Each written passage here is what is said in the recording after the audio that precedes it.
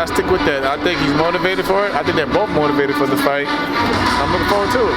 You know, Terence, the last time he was really up on those legs was the Horn fight and the Postal fight. Lately, he's been slugging. Do you think that's what we see Saturday or more of the boxing? No, I think I see everything, man. I ain't gonna lie to you.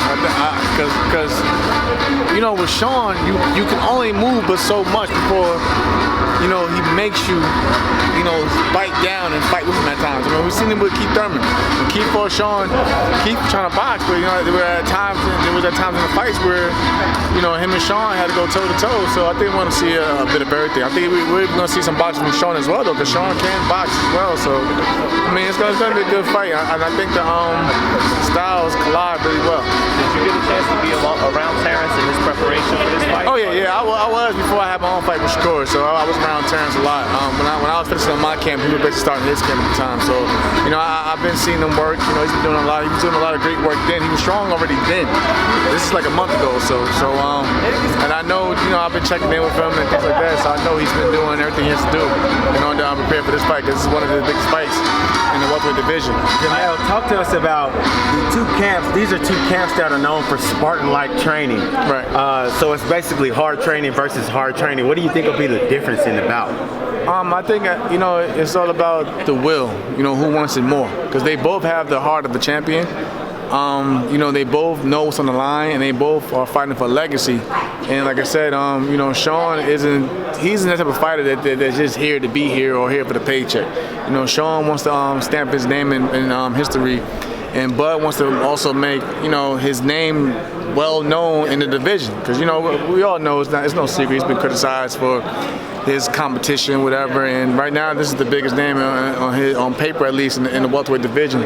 So I think, you know, it all comes down to who's going to bring their A game and keep that same, you know, mindset from start to finish. You mentioned will and skills. They're on Crawford's side, would you say? Or? I mean, yeah, Bud has a lot of different dynamics, but like I said, Shawn's a dog. You know, if you slack just a bit, you know, he can take the fight out of you. So, but yeah, of course, you know, Bud has the skill, the edge in skill, because he can, you know, he can box. He's a switch hitter.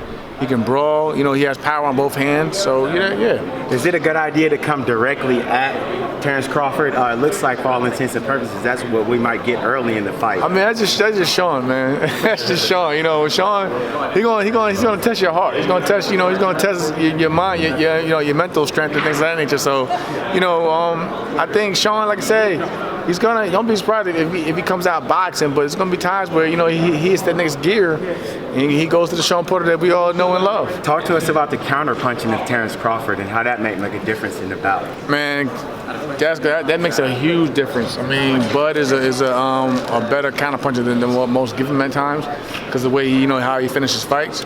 But, you know, he definitely, man, he's sharp. And like I said, he countered you with one shot, and that could be it right there, or he can change the whole fight around. You talked about one shot. How much power does Bud have in his right hand?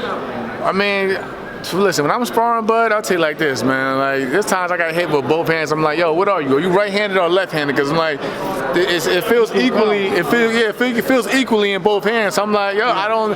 He's like, no, I'm naturally, you know, right-handed. But like, you see him fight southpaw a lot, so you thinking, you know, he's a lefty. But that's how strong he is in both hands. Is he a little better as a southpaw though? I think he has a bit of in both. You know, like, I think he's more comfortable now over the years being a southpaw, but if he wants to fight orthodox, you know, he can do that just as well also. Now talk about his ability to adjust during fights. How do you expect Crawford to handle the aggressiveness of Shawn? I think he handled it well. I think he will. You know, I think, you know, we all know, they all say that at times Bud may start slow, but once he starts picking up his rhythm and finding his range, you know, he'll start picking them slowly as the rounds go on.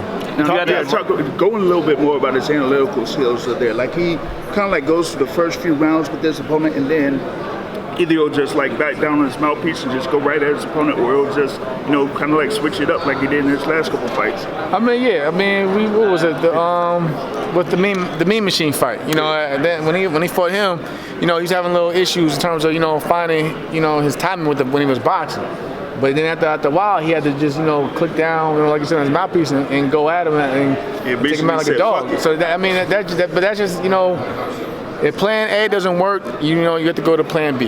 and so on. So but like Bud, you know, he's a smart fighter. He knows to make the proper adjustments when necessary, and we have a great team. Hey, Terrence, can Bud stop him?